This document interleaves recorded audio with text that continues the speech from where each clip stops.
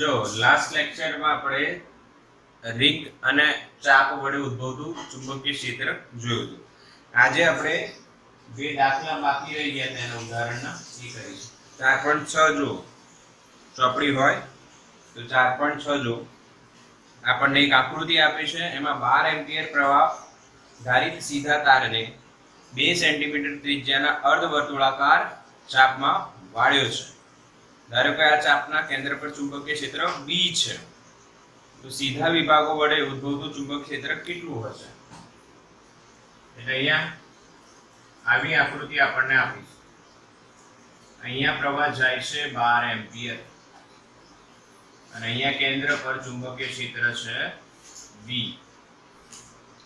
ત્રિજ્યા છે I આપ્યું છે 12, R આપી છે, ત્રિજ્યા આપી છે આપણને 2 સેન્ટીમીટર. તો પહેલો ક્વેશ્ચન આમાં એવો પૂછે છે આપણને. પહેલો ક્વેશ્ચન શું પૂછે છે? ધ્યાનથી સાંભળો. પહેલો ક્વેશ્ચન પૂછે છે સીધા વિભાગો વડે ઉદ્ભવતું ચુંબકીય ક્ષેત્ર કેટલું? જો આ કેન્દ્ર પર ચુંબકીય ક્ષેત્ર B છે, તો આ B માં આ સીધા વિભાગો કેટલું ચુંબકીય ક્ષેત્રમાં ફાળો આપે છે, કેટલું ચુંબકીય ક્ષેત્ર ઉત્પન્ન કરે છે? તો જવાબ આવશે 0. કેમ? સીધા વિભાગો વડે કેન્દ્ર, અહીંયા O નામ આપી દો, O પર ચુંબકીય ક્ષેત્ર કેટલું થાય? 0 થાય. લાસ્ટ લેક્ચરમાં આ વસ્તુ આપણે શીખી હતી. 0 કેમ થાય? 0 કેમ થાય? ભાઈ આ આપણે આઈડિયલ લઈએ, માની લો પ્રવાહખંડ, અને એની દિશામાં જ કોઈ બિંદુ હોય આગળ કે પાછળ, તો અહીંયાથી આ ખંડથી જે આપણે R લઈશું, સ્થાન સદિશ R લઈશું, એની દિશાના આઈડિયલની દિશા સમાન થાય એટલે આઈડિયલ ક્રોસ R જે કરશો એ જવાબ શું આવશે? 0 આવશે. એની લાઈનમાં જ હોય, આઈડિયલની લાઈન પર જ હોય. આ જો આ સીધો વિભાગ છે તો આઈડિયલ લઈએ અહીંયા, તો એની લાઈન પર જ થયું એટલે અહીંયા 0. સિમિલરલી આ પણ આઈડિયલ થયું અને આ એની પાછળના વિભાગમાં પર એની જ લાઈન પર છે એટલે 0 થાય. પાકો? કેમ કે બાયો-સાવર્ટના નિયમ પ્રમાણે સૂત્ર હતું μ0/4π ideal cross r vector upon r cube. જો વેક્ટર લખશો તો નીચે r ક્યુબ આવશે. ચલો 4.6 માં પહેલો ભાગ પૂરો. બીજો ભાગ, અર્ધવર્તુળાકાર ચાપના કારણે મળતા B કરતા વર્તુળાકાર માર્ગ વડે મળતું ચુંબકીય ક્ષેત્ર કઈ રીતના જુદું પડે છે અને કઈ રીતે તેને મળતું આવે છે? કઈ રીતના જુદું અને કઈ રીતના મળતું આવે છે? તો સૌથી પહેલા B પોર્શનમાં કઈ રીતના જુદું પડે છે એ તમને સમજાવી દઉં. શું સમજાવી દઉં? કઈ રીતના જુદું પડે છે? તો અર્ધવર્તુળાકારના કારણે, ભાગના કારણે કેન્દ્ર પર ચુંબકીય ક્ષેત્ર જે મળશે બેટા એ B બરાબર, ધ્યાનથી સાંભળો, μ0 θ I upon 4π r. યાદ આવ્યું? શોર્ટકટ બનાવ્યું કાનું? હા, આનો શોર્ટકટ હતું, યાદ કરો. મુઠ્ઠી કરંટની પડશે તો નીચે 4 પાઈ પર રડીશ. આવો એક શોર્ટકટ બી આપણે બનાવ્યો. મુઠ્ઠી કરંટની પડશે તો નીચે 4 પાઈ પર રડીશ. μ0/4π એટલે 10⁻⁻7 થઈ જશે. ખૂણો અર્ધવર્તુળાકાર ચાપ છે તો ખૂણો પાઈ થશે. I 12 છે, 12 એમ્પિયર પ્રવાહ. ત્રિજ્યા નીચે 2 સેન્ટીમીટર લખવી પડશે r ની જગ્યાએ, તો 2 સેન્ટી એટલે 2 × 10⁻²મીટર. ઓકે, અહીંયા થઈ જશે 6 એટલે જવાબ આવશે 6 પાઈ × 10⁻, આ ઉપર જશે -7 + 2 એટલે -5 ટેસ્લા. આટલું મળશે. હવે આને તમે સોલ્વ કરી શકો ભાઈ. 19 ની આસપાસ સમથિંગ આવશે, કેમ કે 3.14 ગુણશો એટલે 6 * 18 ને બીજે 14 છે એટલે કંઈક મળશે. તો 6 પાઈ ગુણ્યા 10 ની -5 આપણે રાખીએ માની લો. હવે જો વર્તુળાકાર ભાગ હોય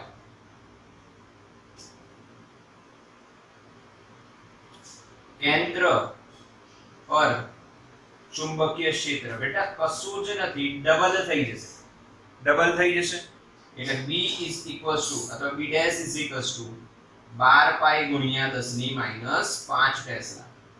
કેમ ડબલ થઈ જશે? જો વર્તુળાકાર હોય પૂરું તો થીટા જે છે પાઈ ની જગ્યાએ 2 પાઈ રખાય એટલે અહીંયા 2 ગુણાઈ જશે એટલે 6 દુ 12 પાઈ.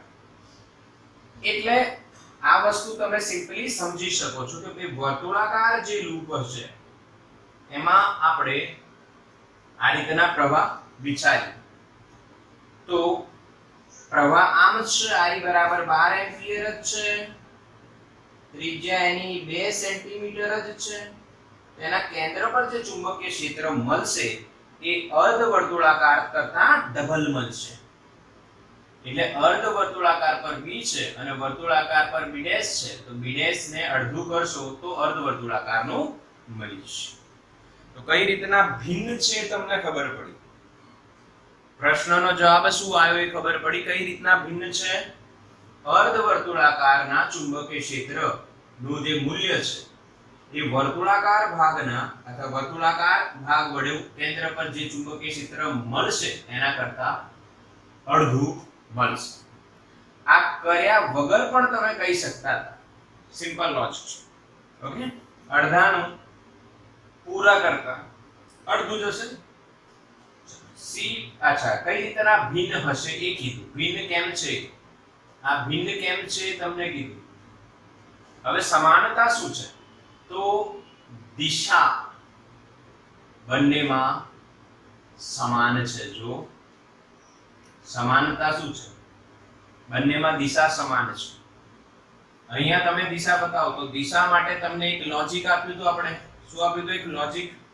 પ્રવાહની દિશામાં આંગળીઓ કરો તો અંગૂઠો અંદર જઈ રહ્યો છે એટલે અહીંયા ચુંબકીય ક્ષેત્ર જો તમે બતાવશો તો ચોકડી કરવી પડશે.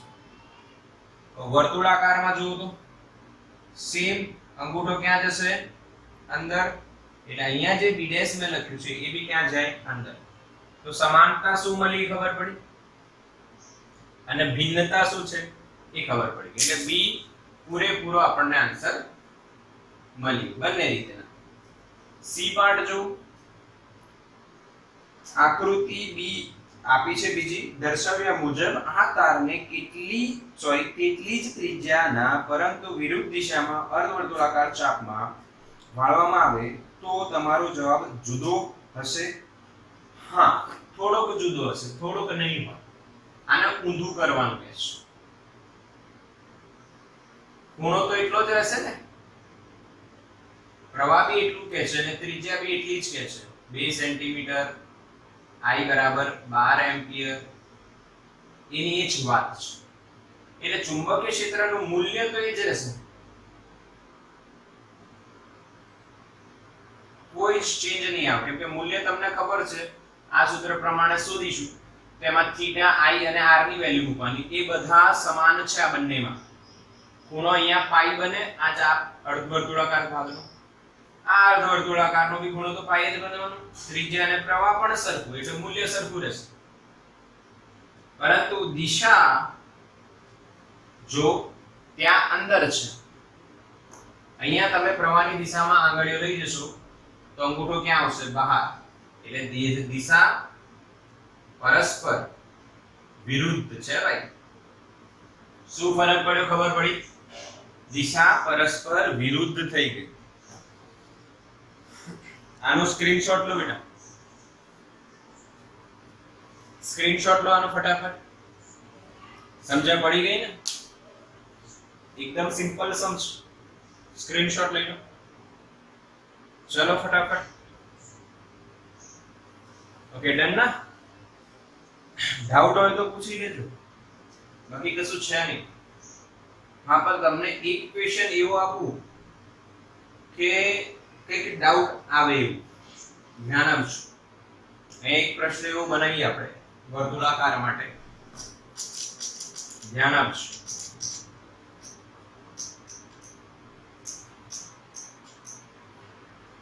એક એક્સ્ટ્રા ક્વેશ્ચન આપણે બનાવીએ અને આન્સર શું આવે તમે વિચારો.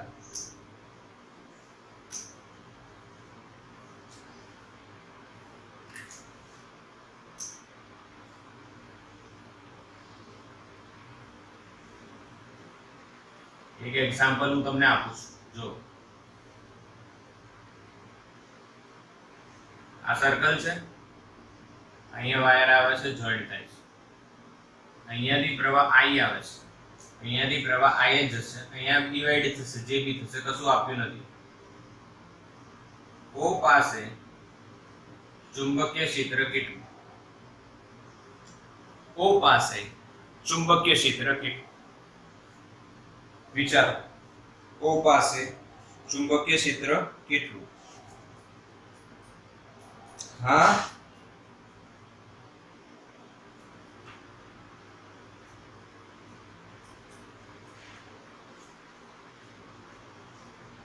બોલો.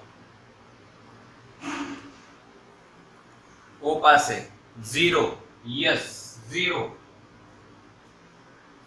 આન્સર આવશે. કેમ ખબર છે?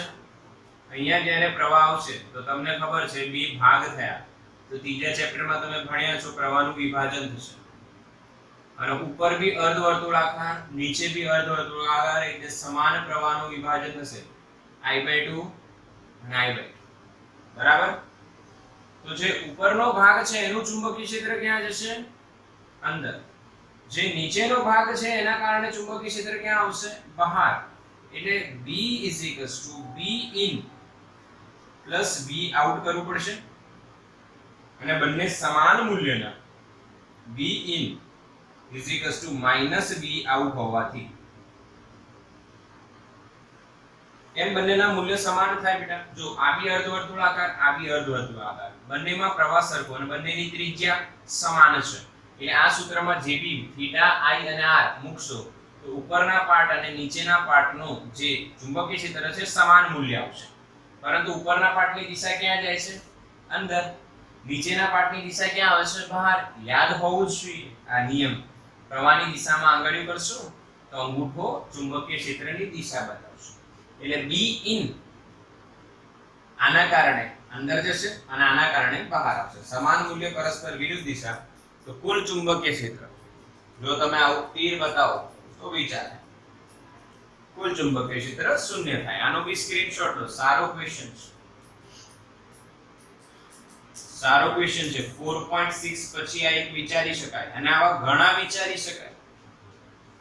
NCERT આપણને સારા કન્સેપ્ટ્સ આપે છે. ઓકે, ડન કે નહીં? ચલો, ક્લિયર? હવે વાત કરીએ 4.7 ની. 4.7 એકદમ ઈઝી છે. જો ખાલી વાત જ કરવા જેવું છે, સોલ્વ કરવા જેવું નથી ને. કેમ? ક્વેશ્ચન વાંચો. 4.7 10 સેન્ટીમીટર ત્રિજ્યા ધરાવતું અને ખૂબ પાસે રહેલા 100 આંટા ધરાવતું એક ગૂંચળું છે ભાઈ. હવે 4.7 માં એક ગૂંચળાને ધ્યાનમાં લેવાનું છે. એટલે આવું ગૂંચળું છે, વર્તુળાકાર છે. ઓકે, 100 આંટા છે અને એની ત્રિજ્યા પણ આપણને આપેલી છે r બરાબર 10 સેન્ટીમીટર. હવે જો એમાંથી પ્રવાહ વહી રહ્યો છે 1 એમ્પિયર, તો આ ગૂંચળાના કેન્દ્ર પર ચુંબકીય ક્ષેત્ર કેટલું? તો અહીંયા કો કેન્દ્ર લઈએ અને કેન્દ્ર પર ચુંબકીય ક્ષેત્ર શોધવાનું છે. તો ભાઈ સૂત્ર આનું આ જ આવશે. B μ0 θ I / 4 pi r. આ લગાવશું? ના, અહીંયા આટાની સંખ્યા નથી. જો ધ્યાન આપજો, મેં તમને ક્લિયર કરાવ્યું કે આ બે સૂત્ર સરખા છે. સેન્ટર માટે મુન્ની સેન્ટર પર બે વાર I અથવા r. ત્રિજ્યા a લો તો અહીંયા a લખેલું, આપણે યાદ હોવું જોઈએ. ત્રિજ્યા a લો તો અહીંયા a. હવે આ બંને સૂત્રો સરખા જ છે. તમારે સિલેક્ટ કરવાનું કયું લગાવશો, પહેલા વાળું કે બીજા? બતાવો. બંને લગાવી શકો લગાવવા હોય, પરંતુ આપણે કયું લગાવીશું અહીંયા સીધો હિસાબ સેકન્ડ માટે રહેશે, કેમ કે આટાની સંખ્યા છે એટલે એને અહીંયા મૂકશો v μ0 ni વાળું સૂત્ર આપણે આ લગાવીએ તો μ0 એટલે 4 pi * 10 - 7 આટા 100 પ્રવાહ 1 નીચે 2 અને ત્રિજ્યા કેટલી છે 10 સેન્ટી એટલે 10 - 1 મીટર। હવે આને તમે સોલ્વ કરો તો અહીંયા 2 થઈ ગયા એટલે 2 પાઈ ગુણ્યા 10 ની તો આ -1 ઉપર આવે એટલે 10 ની 2 અને 10 ની 1 એટલે 10 ની 3 અને -7 છે તો -7 + 3 એટલે -4 ટેસ્લા। એની દિશા બી તમે બતાવી શકો છો પણ દિશા માંગી નથી, આપણને આપ્યું નથી પ્રવાહની દિશા એટલે આ સિમ્પલ મૂલ્ય આવ્યું। હવે જો 2 પાઈ એટલે 3.14 ના ડબલ એટલે 6.28 થાય। 3.14 નું ડબલ કેટલું થાય ભાઈ 6.28 ક્લિયર દેખાય છે? આ થઈ ગયું b ની વેલ્યુ કયા દાખલા માટે 4.7 સ્ક્રીનશોટ લઈ લો આનો।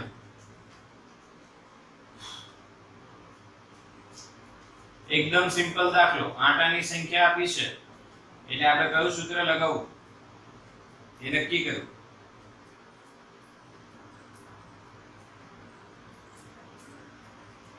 ઓકે ચલો ડન, સમજ પડી બેટા? એટલે આ હતા આપણા ઉદાહરણ 2 કયા કયા 6 અને 7 સારા એકદમ સરસ એનસીઈઆરટી માં। હવે કન્સેપ્ટ આવડવો જોઈએ બીજું કાઈ નહીં। ઓકે તો આટલું આમાં રાખીએ આ વિડિયો, બીજી વિડિયો બનાવીએ હવે। તો બાળકો આપણો નવો ટોપિક છે એમ્પિયરનો સર્કિટલ નિયમ। હવે કેમ ભણવાનું ક્વેશ્ચન એવું આવે કેમ એમ્પિયરનો સર્કિટલનો નિયમ શું છે પછી પર ભણવાનું કેમ? તો અત્યાર સુધી આપણે શું જોયું યાદ કરો। ઓસ્ટેડે અવલોકન કર્યું કે ભાઈ પ્રવાહધારિત તાર પોતાની આસપાસ ચુંબકીય ક્ષેત્ર ઉત્પન્ન કરે છે, સાચી વાત છે અને સરસ નવી વાત છે। એના પછી બાયો સાવર્ટે ચુંબકીય ક્ષેત્રનું મૂલ્ય અને દિશા શોધી આપી કે ભાઈ ટુકડો હોય ડીએલ ખંડ હોય તો એના વડે ઉદ્ભવતું ચુંબકીય ક્ષેત્ર કેટલું, પછી સંકલન કરો તો આખા તાર વડે મળતું ચુંબકીય ક્ષેત્ર મળી જાય। ઓકે પછી આપણે જો એ તાર સીધા તાર ન હોય અને રાઉન્ડ હોય સર્ક્યુલર શેપમાં હોય તો કેટલું ચુંબકીય ક્ષેત્ર એની અક્ષ પર મળે છે એ જોયું, કેન્દ્ર પર મળે છે એ જોયું, અડધો આકાર હોય અર્ધવર્તુળાકાર તો કેટલું એ જોયું। એટલે એક તારને વાળીને સર્કલ અડધું કરીને તમે જો તો ચુંબકીય ક્ષેત્ર મળી જાય। પછી એના આટા વાળેલા હોય ઘણા બધા એ તારના તો બી મળી જાય, છેલ્લે બધું જોયું। હવે પ્રશ્ન આવે પ્રેક્ટિકલી પ્રશ્ન કેવો આવે કે તમે એક ઇલેક્ટ્રિક થાંભલો જો બરાબર ઘરની આસપાસ હોય જ, તે થાંભલા પર કેટલાય તાર આવતા હોય, કેટલાય તારમાંથી પ્રવાહ જતો હોય, હા અમુક આમ હોય, ઘણી બધી અલગ અલગ દિશા હોય અને તમને ખબર છે ઢગલો તાર હોય। જો તમે એની પિક્ચર જોઈ હોય સલમાન ખાન વાળી, એની છોકરીને પીઠ પર લઈ જઈને મુન્નીને મૂકવા જાય છે ને બજરંગી ભાઈજાન, એમાં એક સીન છે એલા માણસને મુક્કો મારે છે તો એનો ઉપરથી નીચે પડે છે અને નીચે પડે છે તો એને શોર્ટ સર્કિટ લાગે છે તો ત્યાં કેટલો બધા ગૂંચળા હોય છે। હવે એ ગૂંચળાઓમાં પ્રવાહ અસ્તવ્યસ્ત દિશામાં હોય, આમ ખબર નહીં કઈ બાજુ જઈ રહ્યું છે, કોણ આવી રહ્યું છે, કેટલોય પ્રવાહ હોય, અડધા આમ જતા હોય તો એની આસપાસ ચુંબકીય ક્ષેત્ર તો છે અરે કેટલું એવો પ્રશ્ન ઉદ્ભવે। અત્યાર સુધી આપણે શું જોયું એક તારનું ચુંબકીય ક્ષેત્ર કેટલું, એ તારને વર્તુળાકાર વાળી દઈએ તો કેટલું, પરંતુ હવે એક તારોનો ઝુંડ હોય, ઓકે ગૂંચળો તો છે પર તારો અલગ અલગ હોય, અલગ અલગ પ્રવાહ હોય તો કેટલું, એવો પ્રશ્ન આવે।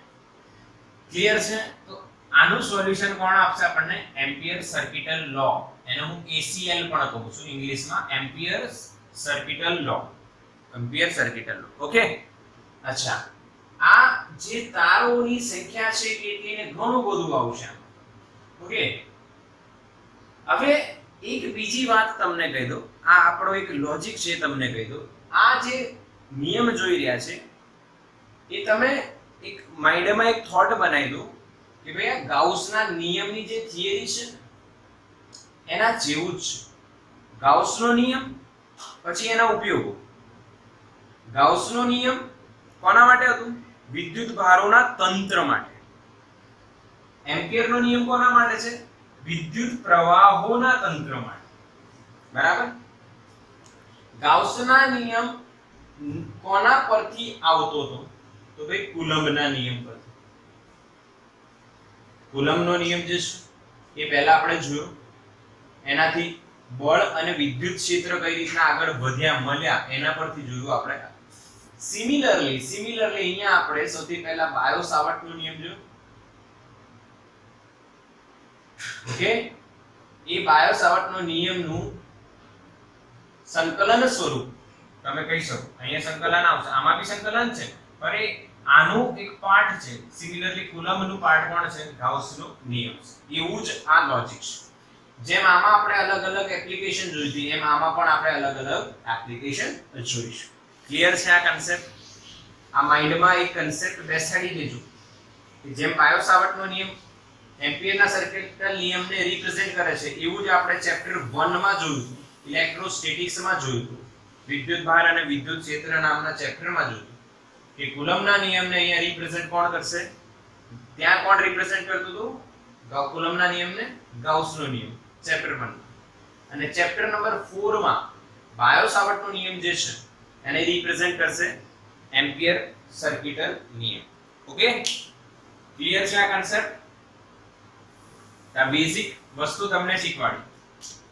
હવે આગળ વધીએ. નિયમ શું છે એ જોઈએ, કામ શું છે એ બી તમને બતાવ્યું મેં. હવે બે આકૃતિ તમને મળશે, બે આકૃતિ. એક મળશે તમને NCERT પ્રમાણે,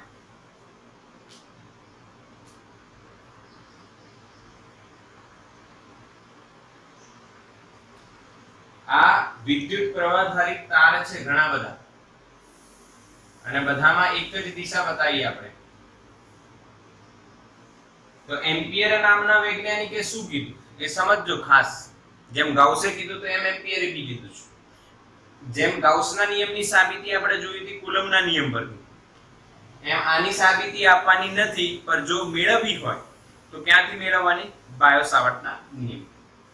હવે એમણે એક બંધ ગાળો લીધો અને અહીંયા એક પૃષ્ઠ લીધું. આ પૃષ્ઠ છે અને આ એક બંધ ગાળો છે.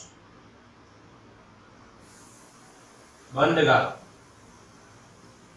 અને આ પૃષ્ઠ છે. ક્લિયર? આવું એમણે લીધું. જેવું ગાઉસે કર્યું હતું એવું જ આપણે કર્યું છે. ઓકે, હવે શું થાય છે સમજો. એમણે નિયમ શું આપ્યો છે? નિયમ શું આપ્યો છે કે આ જે બંધ ગાળો લીધો છે આપણે, એ બંધ ગાળા પર તમને ચુંબકીય ક્ષેત્ર મળશે. આવું તો તમને ખબર છે. ઓસ્ટેડે શું કીધું?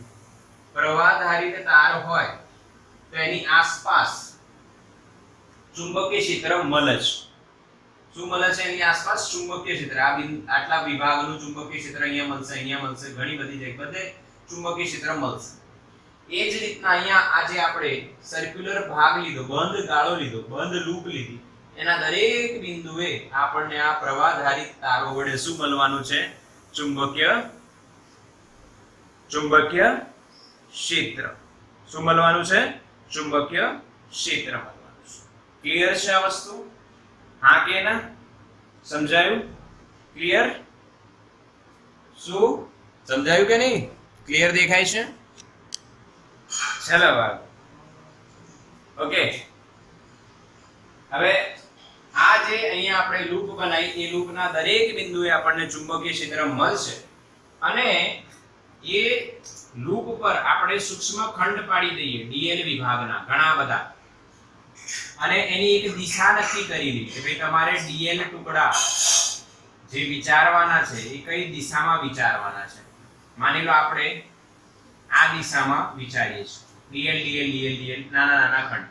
તો એમ્પિયરે એવું કીધું છે ભાઈ સમજો, કોઈ પણ બંધ માર્ગ પર, કોઈ પણ બંધ માર્ગ પર, બંધ માર્ગ કાં તો બંધ માર્ગ કે ગાળો, કોઈ પણ બંધ માર્ગ પર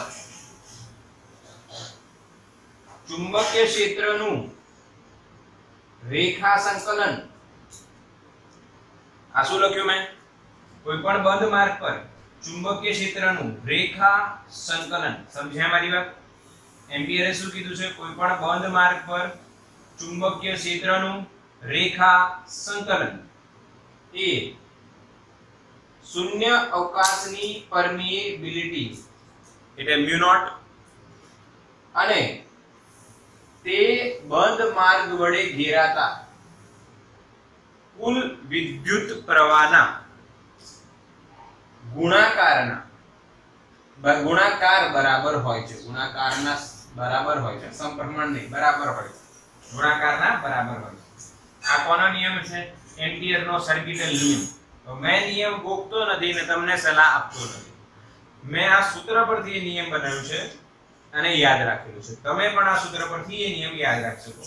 કોઈ પણ બંધ માર્ગ પરનું ચુંબકીય ક્ષેત્રનું રેખા સંકલન એ શૂન્ય અવકાશની પરમિએબિલિટી મ્યુ નોટ અને તે બંધ માર્ગ વડે ઘેરાતા કુલ વિદ્યુત પ્રવાહના ગુણાકાર બરાબર હોય છે. આ કોનો નિયમ છે ભાઈ? એમ્પિયરનો સર્કિટલ નિયમ. I શું છે? બંધ માર્ગ વડે ઘેરાતા વિદ્યુત પ્રવાહોનું, ધ્યાન આપજો, બૈજિક સરવાળો. કયો સરવાળો? બૈજિક સરવાળો. ધ્યાન આપજો બેટા, સમજજો મારી વાત. બંધ માર્ગ વડે ઘેરાતા વિદ્યુત પ્રવાહોનો બૈજિક સરવાળો. સેમ ટુ સેમ ગાઉસના નિયમ જેવું છે. એમાં q / એપ્સિલોન 0 હતું, આમાં μ0 * I છે. I એટલે શું? બંધ માર્ગ વડે ઘેરાતા વિદ્યુત પ્રવાહોનો બૈજિક સરવાળો. આવું કેમ? તો કે અહીંયા બધા તારોમાં એક જ દિશાનો પ્રવાહ છે, પર વિરુદ્ધ બી હોઈ શકે અને બંધ ગાળો બધા પ્રવાહને કવર બી ન કરે. તો એક એક્ઝામ્પલ લઈએ અને સમજીએ. આ ક્લિયર થઈ ગયું બધાને? આ કે ના બોલો? બંધ માર્ગ પર ચુંબકીય ક્ષેત્રનું રેખા સંકલન મ્યુ નોટ અને I ના ગુણાકાર બરાબર હોય છે. પાક્કું કે નહીં? હા કે ના? મેસેજ કરતા રહો. ક્લિયર ને? યસ. ઓકે. I શું છે? બંધ માર્ગ વડે ઘેરાતા વિદ્યુત પ્રવાહનો બૈજિક સરવાળો. હવે બેઝિક સરવાળાનો અર્થ એવો છે કે પ્લસ હોય કાં તો માઈનસ હોય. પ્લસ છે કે માઈનસ એ જોઈ લઈએ. કઈ રીતના? આપણે અહીંયા આ રીતના ઘણા બધા પ્રવાહો આપણે જોઈએ. ઓકે, અહીંયા I1 ઉપર ગયું, I2 નીચે આવ્યું, I3 ઉપર જાય છે, I4 નીચે આવે છે, I5 ઉપર જાય છે, I6 નીચે આવે છે. I4 ના નામ નથી, I5, I6, I7. ઓકે, હવે આપણે અહીંયા ધ્યાન આપજો. હું શું કરું છું? એક બંધ માર્ગ લઉં છું. એક બંધ માર્ગ મેં લીધો. ધ્યાન આપજો. અમે એની વાત આપણે એક બીજી સમજવાની, રેખા સંકલનની દિશા લેવાની. મેં ત્યાં તમને બતાવ્યું રેખા સંકલનની દિશા. અહીંયા આપણે આમ લીધી છે વિષમ ઘડી. અહીંયા બી તમારે કોઈ એક દિશા લેવાની. માની લો કઈ દિશા લો છો તમે? વિષમ ઘડી. આમ ઉપરથી જોવો તો વિષમ ઘડી. આમ ડ્રો કરું છું, સમજી જજો. રેખા સંકલનની દિશા છે, આમ લઈએ છીએ. ઓકે, તો હવે અહીંયા બંધ માર્ગ પર ચુંબકીય ક્ષેત્રનું રેખા સંકલન જો તમે લખશો, ઓકે, B.dl છે, ડોટ પ્રોડક્ટ છે બેટા, B.dl, તો μ0 * I આવું લખાશે. જ્યાં I ની વેલ્યુ શું? તો I કેટલું? તો અહીંયા તો ઘણા બધા છે, 6 પ્રવાહ છે, અમુક ઉપર છે, અમુક નીચે છે. તો કયા પ્રવાહને ધન લેવું અને કયા પ્રવાહને ઋણ લેવું એનો નિયમ સમજજો. નિયમ સમજજો.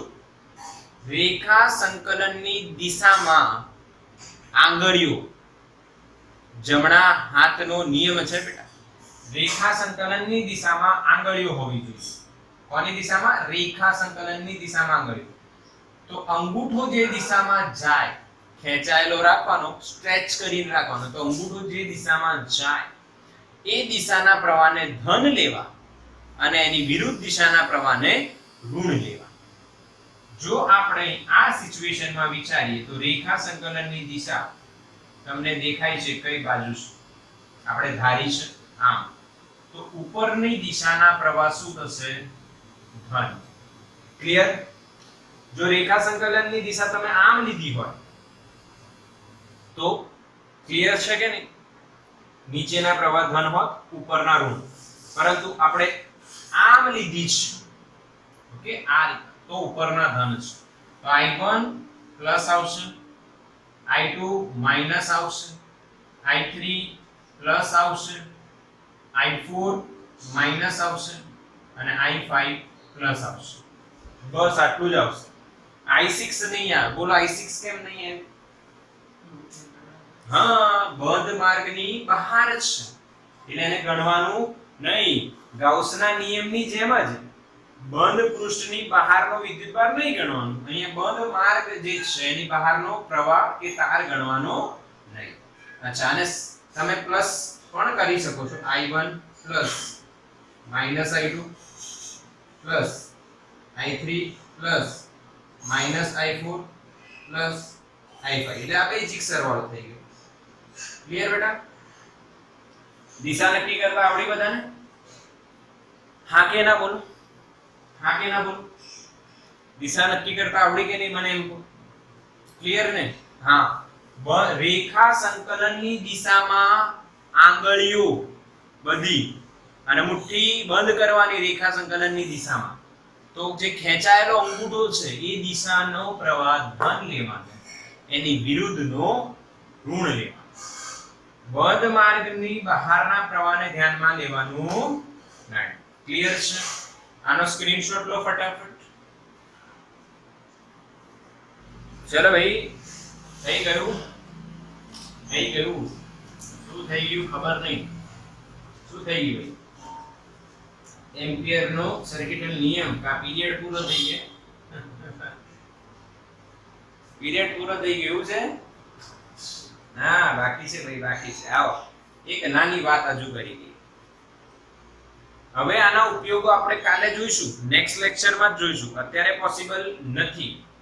બધા જોવા હોય કાં તો પછી હું વિડિયો બનાવી દઉં તો મજા આવશે. પરંતુ એ નિયમ, એ ઉપયોગો બધા જોતા પહેલા એક વસ્તુ અહીંયા કન્ક્લુડ કરી નાખીએ આપણે. ધ્યાન આપજો, ધ્યાન આપજો, મારી વાત સમજજો. ઇન્ટિગ્રેશન v.dl બંધ માર્ગ પર v0 into I લખ્યું, v0 into I લખ્યું બેટા. પરંતુ આ ડાબી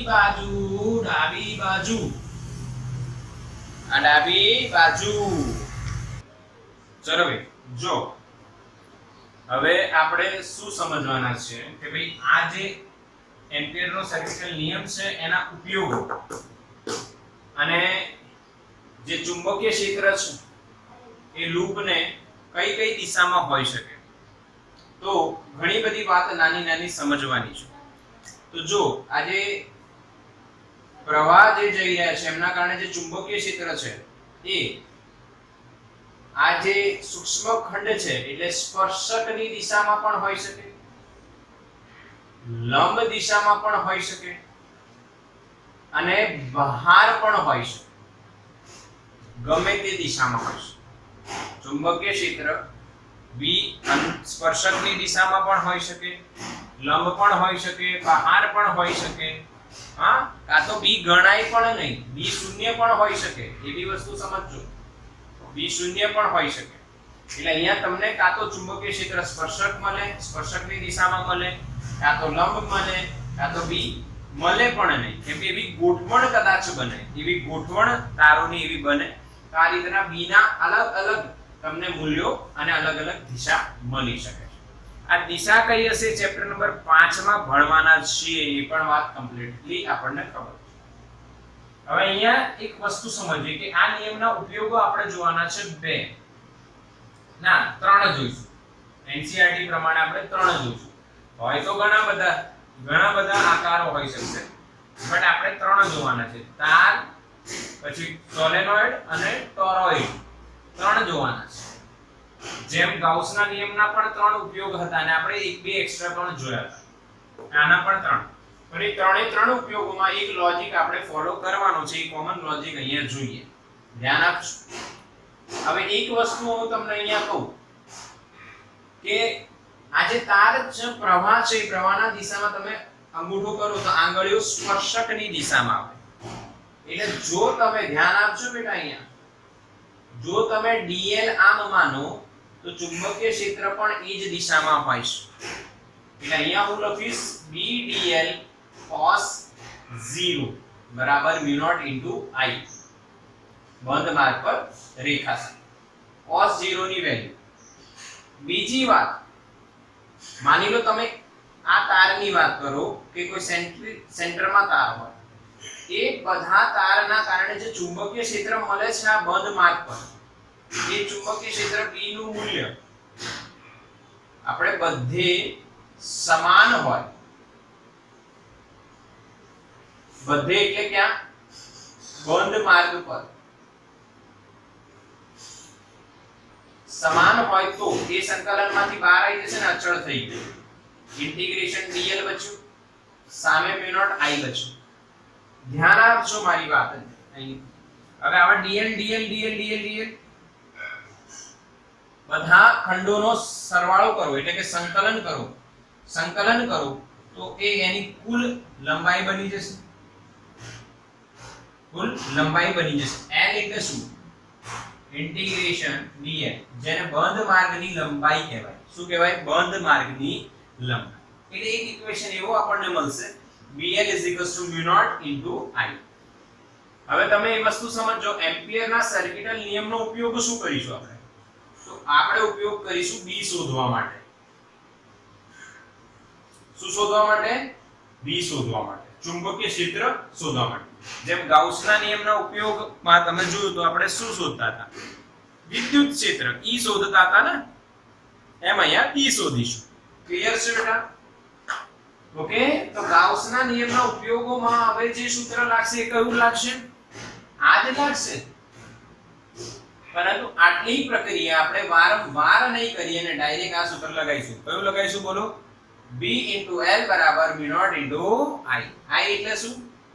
બંધ માર્ગ વડે ઘેરાતા બધા જ વિદ્યુત પ્રવાહોનો વૈજિક સરવાળો. μ0 એટલે શું? શૂન્ય અવકાશની પરમિએબિલિટી. L શું છે? લંબાઈ નહીં, બંધ માર્ગની લંબાઈ. B શું છે? ચુંબકીય ક્ષેત્ર. હવે નોર્મલી જ્યારે આપણે કેલ્ક્યુલેટ કરીશું તો આ ચુંબકીય ક્ષેત્ર મોસ્ટલી આપણને કઈ દિશામાં મળશે? સ્પર્શક.